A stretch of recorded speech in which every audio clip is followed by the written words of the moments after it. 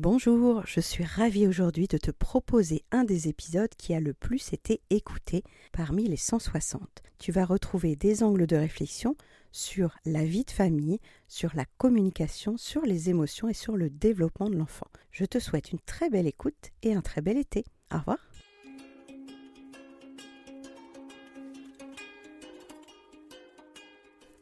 Bonjour, bienvenue sur Les Petits Plus Zen, le podcast pour faciliter et savourer sa vie en famille. Je m'appelle Séverine, je suis facilitatrice en parentalité après avoir été 22 ans professeure des écoles en maternelle REP+. Chaque semaine, je te propose ici des pistes et des thèmes approfondis sur la petite enfance, l'éducation et la communication pour que tu retrouves le plaisir des relations familiales sereines et épanouies. Une de mes missions est de t'aider à mieux comprendre et apaiser les émotions de chacun pour installer un équilibre entre tes besoins personnels et ceux de ta famille et enfin retrouver du temps pour toi. Je te partagerai aussi mon expérience en classe de maternelle, des découvertes apprises en formation et des outils inédits et actionnables facilement que j'ai créés au fil du temps à l'école et à la maison. Pour ne manquer aucun épisode, abonne-toi s'il te plaît sur ton application de podcast préférée et participe généreusement à la diffusion de mon travail en laissant un avis et une note de 5 étoiles. Pour plus de contenu, d'inspiration et de motivation, retrouve-moi aussi sur Instagram, Facebook et Clubhouse sous le nom Les Petits Plus Zen. Sur ce, je te souhaite une belle écoute.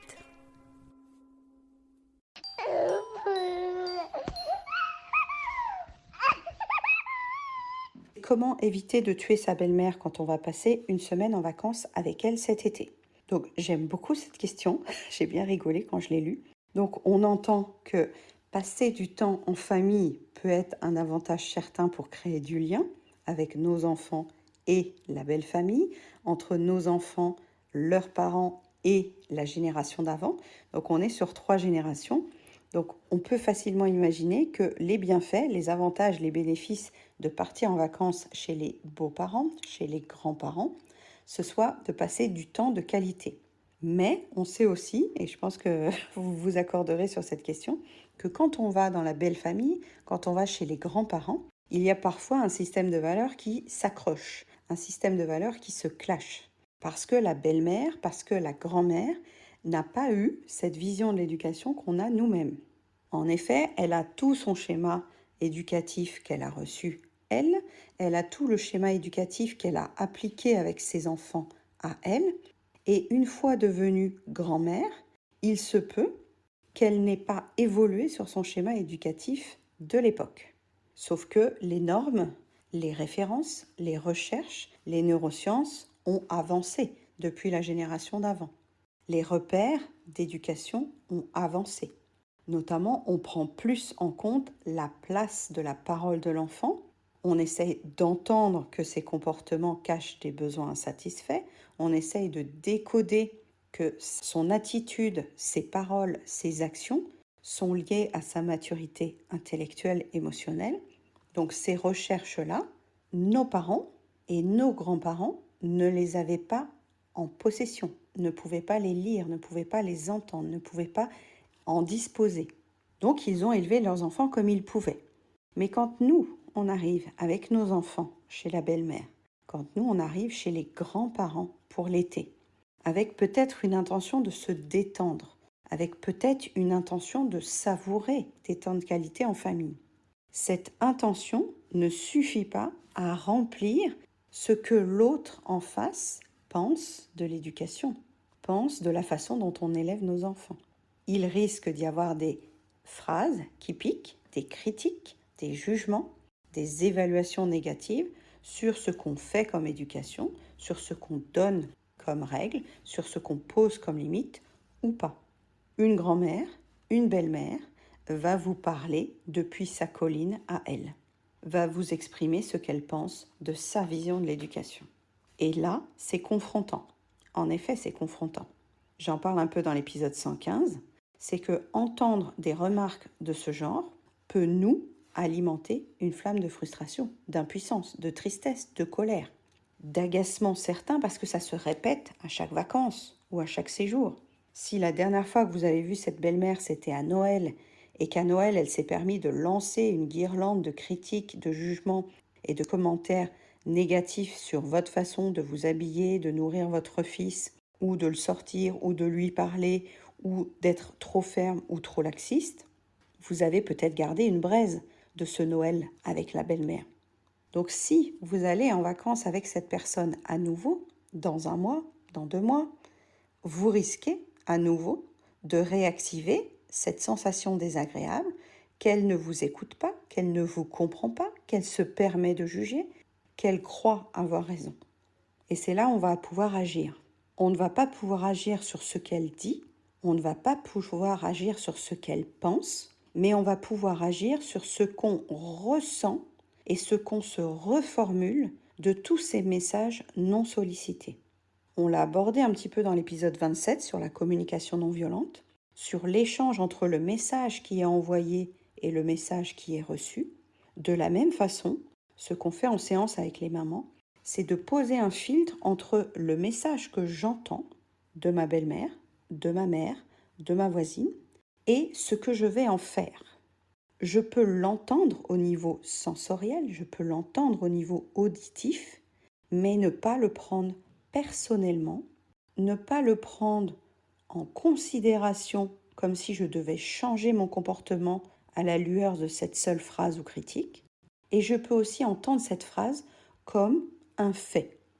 J'entends ton avis, j'entends ta proposition, j'entends ta posture et ta position. Mais ça ne veut pas dire que ce que tu dis, ce que tu fais, ce que tu me racontes, je vais l'implémenter dans ma vie. Je ne vais pas forcément changer d'action, d'avis, de position parce que tu m'as dit ça. Donc ce chemin entre ce que l'autre pense de vous et ce que vous pensez de vous n'est pas incompatible. L'autre peut bien penser tout ce qu'il veut. Et là où ça nous amène en séance individuelle, c'est de voir que on tient quand même à la qualité du lien avec cette personne-là. Si c'est la belle-mère, il y a quand même un lien direct avec votre conjoint, avec votre partenaire de vie, avec votre mari. Donc vous ne pouvez pas lui rentrer dans l'art puisque c'est votre belle-mère. Vous avez quand même un petit peu de patience et de douceur pour pas non plus vexer ou décevoir votre mari. Mais en n'agissant pas, en posant pas de limites face à cette belle-mère, à ses conseils non sollicités, vous risquez à long terme d'être frustré, vous, à l'intérieur de vous, et de ne plus oser vous affirmer parce que vous avez peur de lui rentrer dedans, ou peur de décevoir votre mari si vous lui rentrez dedans. Donc, comment faire pour éviter de tuer sa belle-mère pendant les vacances d'été, qui était la question d'origine, je vous rappelle. Alors, pour ne pas tuer sa belle-mère en vacances d'été, on va s'habiller d'une sorte de filtre d'étanchéité entre ce que la belle-mère dit, énonce, fait, et ce que je crois, pense et veux pour mon enfant, ce que je veux pour mes vacances, ce que je veux pour mon été. Et là, il y a 2 postures possibles, un peu comme les joueurs de foot. On peut jouer en attaque, en arrivant clairement et en disant ce qu'on attend de ses vacances, quelles sont nos limites, quelles sont nos conditions de vie. Est-ce qu'on va clairement expliciter que tel ou tel sujet n'est pas une discussion possible? Donc là, on joue plutôt en offensif, on joue plutôt en attaque dès le début du séjour. On va poser nos conditions pour que ça se passe bien. C'est un peu de la prévention. Ou alors, on y croit encore, on pense qu'elle a pu changer. On a un espoir que ça se passe bien et on attend avec peut-être une vigilance un petit peu craintive, je vais dire, que sa prochaine phrase tombe, que sa prochaine sentence tombe. Et on est moins dans l'action, on est moins dans le proactif. On peut envisager les 2 solutions. J'ai une petite préférence pour la première parce que ça pose le cadre tout de suite.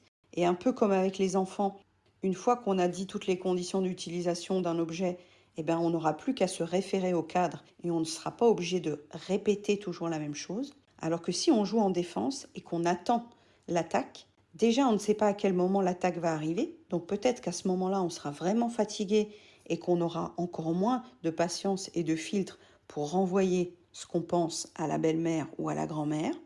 Donc c'est l'inconvénient de jouer en défense. Par contre, si jamais, par un alignement des planètes, tout se passait bien pendant la semaine, ça nous évite de la froisser dès le début. Donc il y a des avantages des 2 côtés et il y a des inconvénients des 2 côtés. Voilà ce petit point-là pour l'illustrer par des exemples. La jeune maman qui m'a envoyé ce message-là, Elle a eu par exemple comme démonstration que sa belle-mère comptait lui donner de l'alimentation quand elle ne serait pas là, de l'alimentation en douce. Ou elle comptait peut-être lui faire regarder la télé quand les parents ne seront pas là. Donc il y a une sorte de provocation de la part de la belle-mère, de la grand-mère, à ne pas vouloir respecter les règles que la maman a choisies pour son enfant, pour l'éducation de son enfant. Et là, ça pose quand même question sur cette posture de belle-mère et de grand-mère. Qui est-elle pour vouloir changer les valeurs et le cadre que vous avez décidé pour vos enfants? Qu'est-ce que ça vient réveiller pour elle de ne pas être entendue, de ne pas être écoutée, de ne pas être considérée? Et surtout, ce n'est pas votre rôle en tant que maman de soigner les blessures, les braises de belle-maman ou de grand-maman. Donc ces deux options, vous pouvez les panacher comme vous voulez, vous pouvez aussi les adapter au caractère de votre belle-mère ou de la grand-mère. Est-ce qu'en la recadrant un petit peu dès le début du séjour, ça permettrait que tout soit bien explicite et tout soit bien clair, de passer des vacances, on va dire, correctes, même s'il y a des tensions implicites, sous-jacentes, on ne fera pas l'impasse sur des petits non-dits et des petits trucs en douce, parce qu'il y a toujours de l'affectif et de l'émotionnel dans une famille et une belle famille. Mais si vous voulez éviter d'aller au clash, et la maman disait comment on ne tue pas sa belle-mère quand on est en vacances, si vous voulez d'aller au gros clash où vous finiriez par dire vous êtes qu'une conne Marie-Josette, par exemple, si on veut éviter ce phénomène-là cet été, ce serait de voir ce que ça déclenche chez nous. Qu'est-ce que sa remarque, qu'est-ce que sa phrase vient toucher dans mes besoins à moi, dans mes émotions à moi, ou dans mon état physique, psychologique, émotionnel du moment. Si vous êtes complètement épuisé, que vous arrivez en vacances et que vous vous tapez cette phrase de critique de belle maman, c'est quand même très normal d'être en réaction, en réactivité, parce que vous-même, votre réservoir émotionnel, intellectuel, physique, affectif n'est pas rempli. Donc on ne peut pas rentrer dans l'art de quelqu'un parce que nous-mêmes, on n'a pas pris soin de nos besoins. Je vous parle souvent de ça sur Clubhouse ou dans les épisodes de podcast. Il faut quand même que j'assume que mon état actuel est lié à mes propres décisions passées. Si pendant toute la semaine je continue à m'épuiser, quand j'arriverai en vacances, je serai complètement à plat. Et c'est le cas de beaucoup de mamans, notamment les mamans solo. Les mamans, en ce moment, il y a des préparatifs de valises, d'avions, de trains, de billets, de réservations, de spectacles, d'inscriptions pour la rentrée. C'est une course folle de préparer tout ça. Et la charge mentale est souvent encore attribuée aux mères. Comment ne pas arriver en vacances complètement à sec? C'est compliqué puisqu'elle s'est pris toute la charge mentale du mois de juin. Mais si vous savez à l'avance que vous allez rencontrer la belle-mère ou la grand-mère, ça devient un mode de survie, de garder de l'énergie pour quand vous allez être face à elle. Parce que là, c'est comme si vous mettiez directement des explosifs à côté d'un briquet.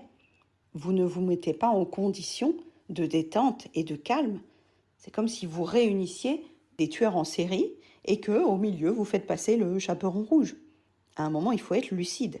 Vous connaissez le comportement et le caractère de votre belle-mère ou de la grand-mère.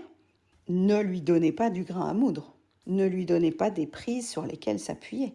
Arrivez de manière un peu plus apaisée que d'habitude. Arrivez de manière sûre de vous dans vos valeurs, dans votre intention.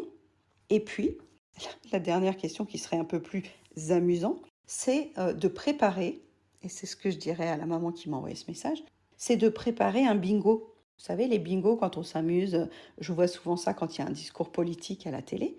Vous préparez une grille avec 16 cases et vous vous amusez à remplir tout ce que vous allez entendre pendant cette semaine avec la belle-mère ou la grand-mère. Elle va vous faire une remarque sur le choix de votre maillot de bain. Elle va vous faire une remarque sur que votre enfant mange trop de sucre. Elle va vous faire des remarques en disant « Oh, la télé, c'est pas si grave ». Elle va vous faire des remarques sur oui, quand même, ton mari, il t'aide quand même beaucoup, tu devrais pas te plaindre ». Les horreurs que vous allez entendre, vous pouvez déjà les anticiper parce que vous avez observé son fonctionnement. Et je vais le dire franchement, il y a des générations précédentes qui sont aigries parce qu'elles ne se sont pas mises en priorité.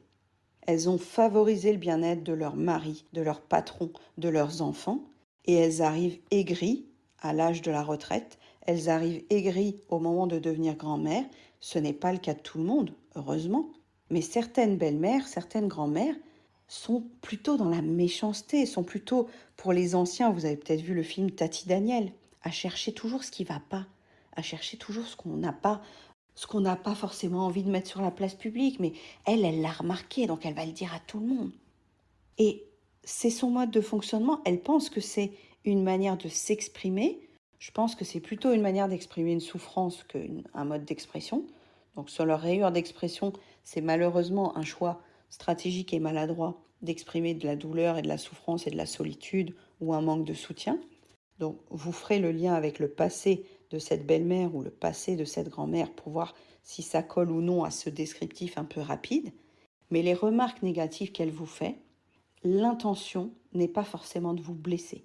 L'intention, c'est d'être elle-même considérée comme ayant eu une expérience de mère, comme ayant vécu des choses proches de vous, dans le contexte, mais pas dans l'implication.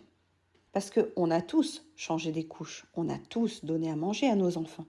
Mais ce qu'elle se racontait à l'époque où elle a changé les couches et donné à manger n'est pas ce que toi tu te racontes en 2023.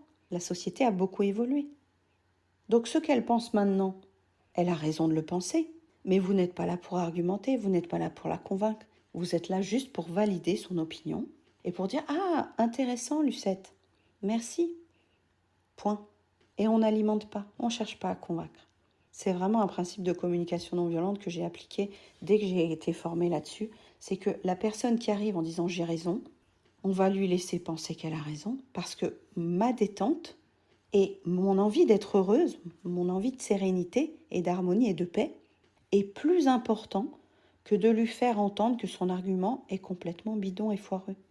Je ne suis pas là pour apprendre à Marie-Josette que sa vision de l'éducation est destructive, que sa vision de l'éducation a eu des conséquences malheureuses.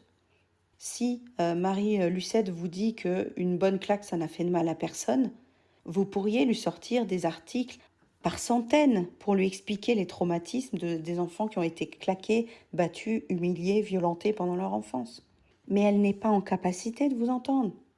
Elle ne peut pas entendre ça. Ce n'est plus sa priorité. Elle veut juste qu'on voit que son expérience, que son expertise a eu de la valeur à un moment.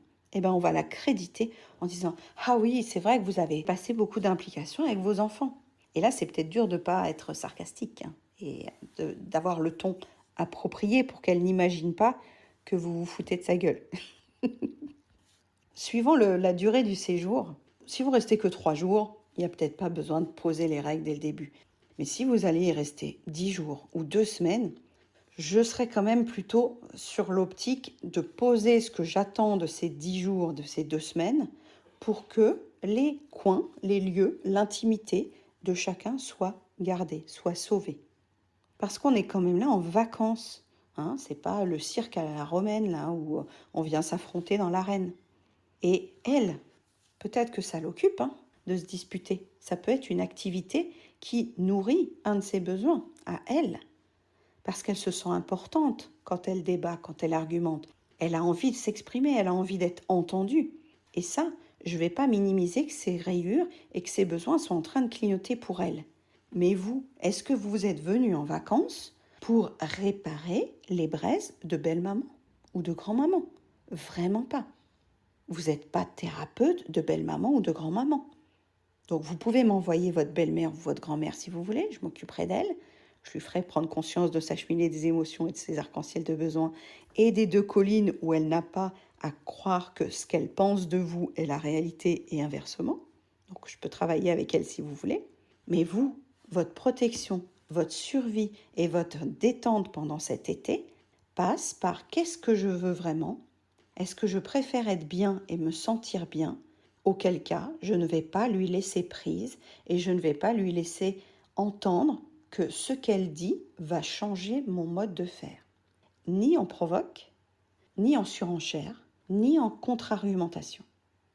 Vous allez reformuler ce qu'elle dit, vous allez essayer de ne pas mettre un ton offensif ou contradictoire ou méprisant. C'est difficile, je sais très bien que c'est difficile et quand c'est notre propre famille, ça peut être encore plus difficile de se détacher émotionnellement pour avoir une conséquence encore plus supérieure qui est la paix pendant le séjour. Il y a une dernière voie que je n'ai pas abordée, mais que je vais quand même glisser là. C'est que pendant les vacances, quand on est plusieurs dans la maison, ça peut être le moment de déléguer. Ça peut être le moment où justement belle-maman et grand-maman, qui veulent une connexion avec le petit-fils, qui veulent une connexion avec votre fille, eh bien c'est le bon moment de les laisser ensemble et dire justement j'ai repéré un petit magasin, là je vais aller faire un tour. Laissez-les construire leur relation entre eux. Si, bien sûr, vous la croyez capable de s'occuper de votre enfant quand même. Il faut que la sécurité affective et émotionnelle de votre enfant ne soit pas mise en cause. Mais laissez-les créer ce lien parce que elle va être tellement contente de montrer son expérience. Votre enfant, ça lui crée de l'altérité. Dans le sens où, oui, grand-maman ou belle-maman ne fait pas comme maman, ne fait pas comme papa. Et donc, ça ouvre son champ des possibles. Ça ouvre son éventail de connaissances et de stratégies pour plus tard. Il aura des points d'accroche et de référence différents. Et pour un enfant, c'est hyper important de lui faire comprendre que tout le monde ne pense pas pareil, que tout le monde ne fait pas pareil. Si ça vous inquiète au niveau de la cohérence, parce que c'est des objections que j'avais parfois en classe, dites-vous que l'enfant, il sait très bien que les règles pendant les vacances peuvent être ajustées, évoluées en fonction de chez qui on va, de l'hôtel où on va, du camping où on va. Il y a des règles qui sont aménagées. Donc si ça vous inquiète au niveau de la cohérence, vous pouvez dire en arrivant dans le séjour à votre enfant, écoute chérie, chez Marie-Lucette, tu sais qu'on ne mange pas toujours la même chose qu'à la maison, on n'a pas la même utilisation de la télé, on fait peut-être moins de sport. Eh bien, pendant les vacances, c'est différent. Pendant les vacances, avec Marie-Lucette, on ne fait pas toujours les mêmes choses qu'à la maison. Donc si ce côté incohérence entre les règles de la belle famille, les règles des grands-mères vous inquiète, vous pouvez aussi parler à votre enfant avant le départ, avant le séjour, en lui disant « Tu vas peut-être être surprise des fois que je réagisse pas devant belle-maman, devant grand-maman, parce que moi aussi je suis en vacances et que je suis pas obligée d'être là pour avoir raison, pour poser toutes mes convictions, pour expliciter toutes mes valeurs. » Si vous aimez ça, si vous aimez débattre, si vous aimez argumenter, allez-y. Mais si vous considérez que les vacances, c'est un point de relâchement, un point de ressourcement, un point de nouveauté et un point de on fait différemment de l'année, peut-être que vous pouvez lâcher les armes provisoirement sur ce qui n'est pas urgent et ce qui n'est pas essentiel et laisser croire belle-maman ou laisser croire la grand-mère qu'elle a raison. Qu'en pensez-vous? On ne pourra pas du tout intervenir sur ce que la grand-mère ou la belle-mère va faire. On n'a pas la main là-dessus. On n'a que la main sur ce qu'on va ressentir quand elle va nous envoyer ces pics-là. Et elle aura peut-être même pas vu que c'était maladroit, que c'était mal tourné. Peut-être qu'elle n'est même pas consciente de ça, en fait. Les filtres des gens, on ne les maîtrise pas non plus. Mais qu'est-ce que j'attends de mes vacances? Qu'est-ce que je voudrais vivre pendant ces vacances? Je peux déjà me le proposer avant que les vacances commencent. C'est un exercice que j'ai proposé hier soir quand on parlait du couple en masterclass, de proposer aux mamans là, qui sont dans des disputes, dans des tensions avec leur partenaire de vie, de revisualiser qu'est-ce que j'aimerais vivre avec mon partenaire. Qu'est-ce que j'aimerais recréer comme relation? Oui, on s'engueule, oui, c'est difficile, oui, c'est compliqué. Mais qu'est-ce que je voudrais à partir de maintenant? Et si on commençait demain à envisager que l'été va bien se passer, que le séjour avec la belle-mère, il y aura des hauts et des bas, mais qu'est-ce que je veux vivre de bien? Donc se visualiser un été cool, un été en détente, un été pas idéal, pas parfait, parce qu'il y aura des moments où on va s'énerver. Notre cheminée, elle va agir en continu. Mais choisir les flammes qu'on veut ressentir au fur et à mesure de notre été. Quelqu'un qui te juge parle de lui. Quelqu'un qui te juge a une référence vis-à-vis de ce qui est bon et de ce qui est mauvais, qui pour lui semble clair. Et il ne comprend pas que tu oses agir autrement. Donc la question de comment on répond à quelqu'un qui te juge. Imaginons que vous vous promenez dans la rue, que vous êtes en jupe et que vous tombez sur des mecs qui vous disent « Oh la salope !» Vous savez bien que ça ne remet pas en cause vos valeurs parce que vous passez devant des mecs qui ne sont pas aboutis, qui ne sont pas finis, et que vous avez décidé de mettre une jupe. Vous n'avez pas mis une jupe pour entendre le commentaire de ces hommes-là dans la rue. Vous avez mis une jupe parce que ça nourrit un besoin de confort, de détente, de puissance personnelle. Vous savez pourquoi vous avez mis cette jupe. C'est toujours le même processus qu'on va mettre en place. Si je sais pourquoi je fais ça, si je sais quel besoin ça nourrit, si je sais que cette action me mène vers des flammes agréables dans ma cheminée des émotions, si je sais que ça ne nuit à personne, alors tout ce que les gens pensent de tout le reste, je m'en fous. Je suis alignée avec ce que je crois bon pour moi. Ça ne nuit pas à quelqu'un, ça ne biaise pas les conséquences négatives sur mon enfant. Si ça dérange quelqu'un autour de moi, c'est son problème. Je ne vous dis pas de mettre de la musique ce soir jusqu'à 4 heures du matin au volume 22. Je vous dis juste, quelqu'un te juge. Est-ce que ça parle de moi? Est-ce que ça parle de lui? Est-ce que je peux entendre qu'il est dérangé parce que mon comportement ne coche pas les cases de ses valeurs à lui? Oui, je peux tout à fait le comprendre. Et ça, je peux lui reformuler. Je peux lui dire, ah, tu trouves que ma jupe te donne envie de me considérer comme un objet peut-être? C'est un choix. Tu crois qu'une jupe, ça apporte un commentaire. Je voyais sur LinkedIn une jeune femme là qui disait qu'elle avait fait une visio ce matin avec un débardeur, donc on voyait les tatouages sur ses bras. Et pendant la visio, les personnes n'arrivaient pas à se concentrer sur ce qu'elle disait, étaient focus sur ses tatouages sur ses bras. Comme si on ne pouvait pas parler, travailler, s'exprimer sans appeler un commentaire sur notre apparence physique. Et c'est particulièrement un truc de femme. Je sais qu'il y a beaucoup de mamans qui écoutent les épisodes. Demandez-vous si, quand quelqu'un vous juge, c'est lié à l'habitude séculaire patriarcale de croire qu'on peut donner son avis sur les femmes qui sont autour de nous. Qui a décidé qu'on pouvait constamment donner son avis sur ce qu'on pense de la tenue de telle femme, de la façon d'éduquer de telle femme, de la manière de parler de telle autre? J'ai une copine qui adore jurer, dire des gros mots. Mais c'est sa façon d'être. Elle aime jurer, elle aime dire des gros mots. Quand je suis à côté d'elle, ça me met parfois mal à l'aise. Parce que je me dis que dans la société, par exemple au cinéma, ça me gêne, moi, par rapport à mon film, par rapport à ma grille de référence. Mais je ne vais pas lui dire « Écoute, tu peux arrêter de jurer quand je suis à côté de toi, ça me gêne. » Je vais aller chercher ce que ça vient trouver en moi, ce que ça vient déclencher en moi. Parce que je trouve que dans le domaine public, certaines insultes ne sont pas appropriées. Donc ça me mène vers mon besoin de justesse. Et une fois que j'ai touché mon besoin de justesse, je vois que le comportement de mon amie, quand elle dit un gros mot à une petite vieille au cinéma qui fait trop de bruit, moi, ça ne vient pas toucher de la justesse. Et elle, ça touche d'autres besoins pour elle, de liberté, d'autonomie, d'expression d'elle. Et je respecte toujours ça. Et c'est ce que je fais avec les mamans que j'accompagne. Je ne comprends pas toujours le sens du comportement qu'elles ont. Par contre, je sais que tous les comportements qu'elles ont un sens en fonction de ce qu'elles connaissent de leurs besoins et de leurs émotions. Et c'est là où l'enquête commence. Et c'est là où c'est tellement intéressant. Moi, je n'aurais peut-être jamais eu ce comportement ou cette action-là, parce que ma chaîne de pensée, ma chaîne de réaction, ma chaîne de besoins et de flammes est différente de la tienne, est différente de la sienne, est différente des 14 prochaines clientes que j'aurai. Et tant mieux. C'est ce qui fait que mon métier est si passionnant. C'est que mes outils vont s'adapter à tes actions, mais au début, je ne sais pas encore pourquoi tu les as faites. Je ne sais pas encore ce que ça t'a fait ressentir. Et c'est ça qu'on va creuser ensemble. Donc la personne qui te juge aujourd'hui, demain, pendant tes vacances, sur la plage, au magasin, elle a besoin d'exprimer que sa vision du monde est différente de la tienne. Sinon, elle aurait fermé sa bouche. Donc qu'est-ce qu'elle veut?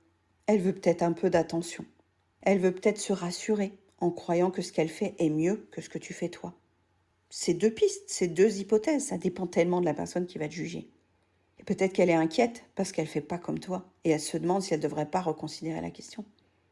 Donc comment lui répondre? Pareil que tout à l'heure, on peut avoir un mode offensif en disant « Je ne crois pas t'avoir demandé ton avis ». Hop, on pose ça, c'est offensif.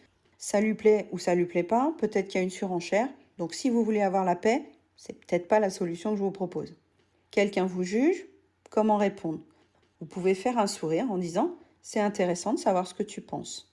Essayez de ne pas mettre le sarcasme, un peu comme tout à l'heure. Ou alors, comment lui répondre? Vous pouvez lui poser une question à votre tour.